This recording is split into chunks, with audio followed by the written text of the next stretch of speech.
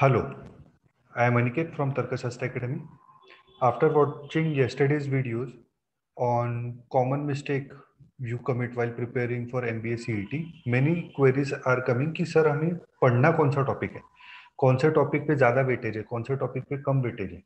ये सब तो I am going to tell you what all topics are not at all important and you can leave them, and कौन से topic को आप छोड़ ही नहीं सकते हो, आपको वो प्रिपेयर करना ही करना है. ठीक है ना. सो अभी the list which I am telling you is based on MBA CET 2020, 2019, 2018 है ना. ये 3 साल का ओवरऑल एक एनालिसिस करके हमने ये लिस्ट बनाई है. तो पजल्स, अभी puzzles it is going to give you 40 questions. 40 questions तो छोड़ तो नहीं सकते. आई एम नॉट सेइंग कि पजल्स आपका एक दिन में 2 दिन में प्रिपेयर हो जाएगा. Puzzles include a lot of topics like circular arrangement, linear arrangement, circular arrangement inside outside, फिर floor arrangement, बहुत सारे हैं, distribution, ranking and sequencing, बहुत सारे हैं. हमको सारे पढ़ने हैं. It will take time, but then puzzles के ऊपर 40 क्वेश्चन है तो ये पढ़ने हैं. These are your important topics. Blood relation के ऊपर 3 क्वेश्चन इजी टॉपिक है.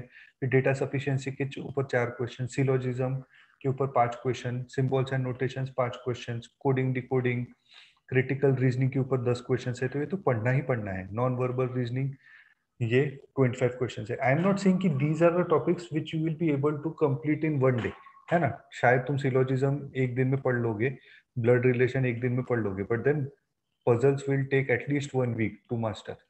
देन सिंबल्स एंड नोटेशन आप एक दिन में पढ़ लोगे, कोडिंग डिकोडिंग एक दिन में पढ़ लोगे, but then critical reasoning will take at least 3 to 4 days, है ना. Non verbal reasoning will at least take 3 to 4 days. Reading comprehension it should be done daily, है ना. सीरीज के क्वेश्चन आते हैं, it will take 3 to 4 days, है ना. 3 to 4 days means around 7 to 8 hours, है ना. In a day I mean, let us say कि if you prepare for 2 to 3 hours a day, then 3 to 4 days will be needed. Then error spotting, fill in the blanks. These are important topics. These you need to focus on. Then phrase replacement, idioms and phrase usage, all these possible sentence starters, parajumbles, paraformation, data interpretation. Again, it will take about a week to master. Huh? As I told you yesterday, you have to solve it in with a different method.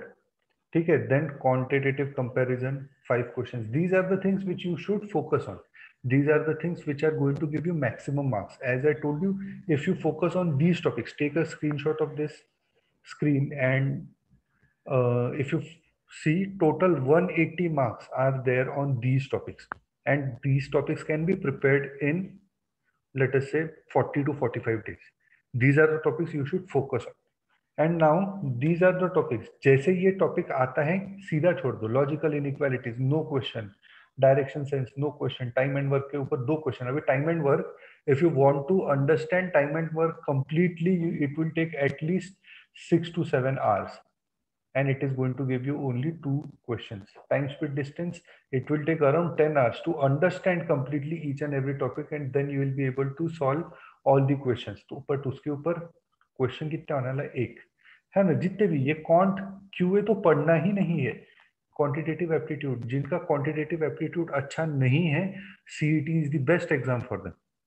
ठीक है. Averages, profit loss, SSA, partnership, alligation mixture, probability, ratio proportion, percentage, geometry, permutation combination, simple equation, quadratic equation, clocks and calendar. Now input output, इसके ऊपर 4-5 questions आ जाते हैं, but then sometimes it is very difficult. So go through the basics of it. ऐसा बहुत ज्यादा पढ़ाई करना है इनपुट आउटपुट का, ऐसा नहीं है ना. Even if you leave these 20 questions, it is still okay, क्योंकि आपको 200 क्वेश्चन सॉल्व करने हैं 150 मिनट्स में. अभी 150 मिनट्स में 200 क्वेश्चंस तो वैसे भी सॉल्व नहीं होने वाले हैं. You need to focus on 150 questions. तो जो 50 क्वेश्चंस आप जो छोड़ने वाले हो, उनमें ये 20 क्वेश्चंस तो रहने ही रहने चाहिए. ठीक है. एंड देन आप फाइंड आउट करो कि आप इसमें से कुछ कोई टॉपिक आपको नहीं समझ में आता है, तो फिर you will have to focus on that. But understand, जिस टॉपिक के ऊपर अच्छा वेटेज है वो टॉपिक के ऊपर पढ़ने में सेंस बनता है. ये टॉपिक्स जिनके ऊपर कुछ वेटेज ही नहीं है, उधर पढ़ के कोई सेंस ही नहीं है. ठीक है. If you have any other query related to MBA CET exam, you can contact us on any one of these 3 social media platforms, or visit our website tarkashastra.co.in, or send a WhatsApp message on any one of these 2 numbers. Thank you.